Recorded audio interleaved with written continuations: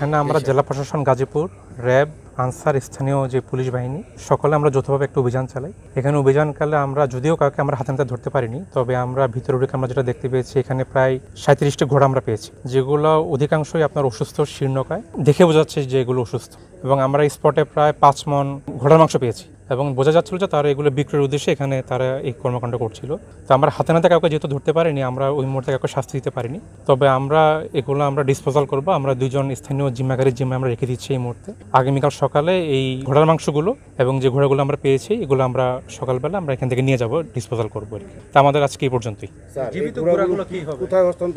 এগুলো হচ্ছে আগামীকাল সকালে আমাদের এখানে ভেটেরিনারি অফিস আছে, আগামীকাল সকালে আমরা এই সবগুলো ঘোড়া আমরা আমাদের জিম্মায় নিয়ে যাব। আর এখানে আমরা 2 জন জিম্মাগারি রেখে যাচ্ছি, ওনাদের জিম্মায় রাত থেকে থাকবে এখানে। আর স্থানীয় পুলিশ আছে, ওনারা ওনাদেরকে সহযোগিতা করবে। এগুলো আমরা সকালে নিয়ে যাবো, এগুলো সব আপাতত এখানে থাকবে, যেহেতু এত রাত আমরা কিছু করতে পারছি না। 37টা ঘোড়া এবং যে 5 মণ আমরা মাংস পেয়েছি এগুলো আগামীকাল সকালে আমরা ভেটেরিনারি অফিসারের ওনার জিম্মায় আমরা দিয়ে দিব।